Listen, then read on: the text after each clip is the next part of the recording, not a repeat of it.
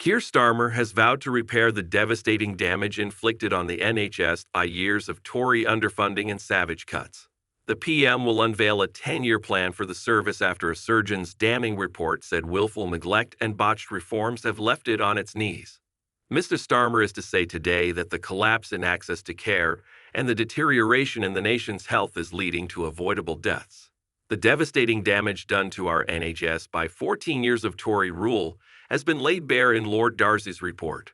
EQs have doubled, patients are dying waiting to be seen, access to care has collapsed, staff morale is rock bottom, and the nation's health has deteriorated.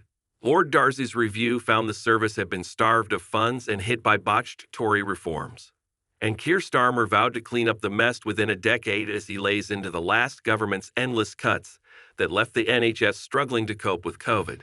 In a speech today, the PM will brand the damage unforgivable and say, people have every right to be angry.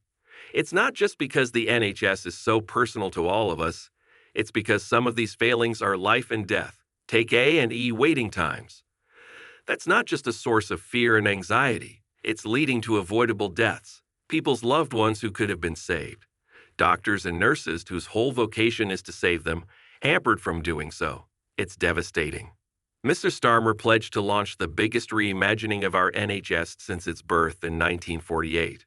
Surgeon and independent peer Lord Darzi said, "Although I have worked for the NHS for more than 30 years, I have been shocked by what I found in this investigation. Not just in the health service, but in the state of the nation's health. We want to deliver high-quality care for all, but far too many people are waiting too long, and in too many clinical areas, quality of care has gone backwards. Me colleagues in the NHS are working harder than ever, but our productivity has fallen. We get caught up frantically trying to find beds that have been axed or using it that is outdated or trying to work out how to get things done because operational processes are overwhelmed. It sucks the joy from our work. We became clinicians to help patients get better, not to go into battle with a broken system." His 160-page report was compiled in the first 8 weeks of the Labour government and examines 600 documents and pieces of analysis. It outlines how a collapse in capital spending on NHS buildings and equipment such as scanners has wrecked productivity. Overall, annual spending rises in the past decade were at their slowest growth since the NHS was founded in 1948. It said some areas of care, such as heart health, have gone backwards for the first time in 50 years.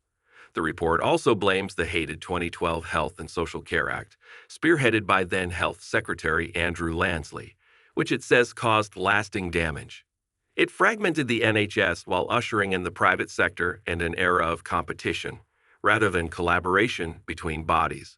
Lord Darzi added, "In the last 15 years, the NHS was hit by 3 shocks: austerity and starvation of investment, confusion caused by top-down reorganization, and then the pandemic, which came when resilience was at an all-time low. 2 out of 3 of those shocks were choices made in Westminster." Mr. Starmer will describe the 2012 Tory reform as a calamity without international precedent, adding, "Our NHS went into the pandemic in a much more fragile state. We had higher bed occupancy rates, fewer doctors, fewer nurses, and fewer beds than most other high-income health systems in the world. The 2010s were a lost decade for our NHS, which left it unable to be there for patients today and totally unprepared for the challenges and opportunities of tomorrow. On top of the blunders that left the NHS unable to meet the challenges of a global pandemic, the Tories also went into lockdown too late, costing thousands of lives, blew billions of pounds on useless PPE, and opened Nightingale hospitals that were never used. They also held unlawful parties in Downings as people died. Lord Darzi, 64, got the nickname RoboDoc for spearheading keyhole surgery and robotics in operations. He was made a health minister by Gordon Brown as an expert outsider in his government of all the talents and served from 2007 to 2009. The Tories have sought to use this connection to challenge the independence of his report. Shadow Health Secretary Victoria Atkins said, "We Conservatives recognize that investment has to be married with reform. This is why we brought forward long-term plans for productivity, tech, pharmacy first, virtual wards, attracting pharmaceutical research and training and retaining staff. We did this whilst boosting investment in the NHS in real terms every single year. Heart issues put us in reverse, NHS progress is going backwards for the first time in half a century, due largely to management of heart health. Cardio diagnoses and operations are delayed while rapid access to emergency treatment has deteriorated. The time for the highest risk heart attack patients to have an artery unblocked has risen by 28% from an average of 114 minutes in 2013/14 to 146 minutes in 2022/23. Landsley sparked lasting damage. The 2012 Health and Social Care Act caused lasting damage and took 10 years for the health service to return to a level of normality. The reforms were entrusted by Andrew Lansley when he was health secretary. They split the NHS, bringing in the private sector and competition between public health bodies. The Darzi review found it was without international precedent. UK's grown sicker in the last 10 years. The health of the nation has deteriorated significantly in the past decade, with more people living with multiple long-term conditions.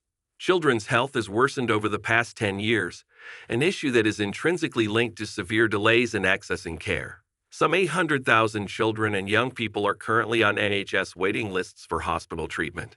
Cancer mortality tops other nations. While all cancer survival rates have got better, due in large part to medical advances, that rate of improvement was found to have slowed substantially during the 2010s. The UK has higher cancer mortality rates than comparable countries, and no progress whatsoever was made in diagnosing cancer at stage 1 and 2 between 2013 and 2021. Lord Darzi's report also notes, misery of delays in being seen at A and E. Low spending hit productivity. The report said the 2010s were the most austere decade since the NHS was founded in 1948. Annual spending rises were 1% on average, compared to an average of 3.5% since the NHS was founded. This meant hospitals all but halted investment in buildings, IT systems, and machines such as scanners to prioritize day-to-day running costs. This caused productivity in the NHS to plummet.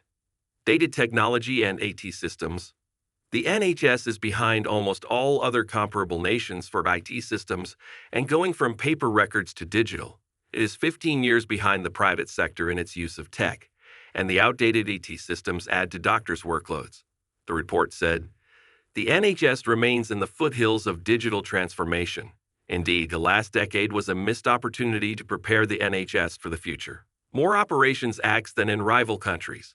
Lack of capacity and resources after austerity meant the UK cancelled more routine operations than any other comparable country. The COVID inquiry has heard medics had to refuse patients who needed moderately high-risk yet life-saving surgery. Over the phone, one hospital doctor told a patient with a bowel perforation they were going to die because they could not be offered an operation.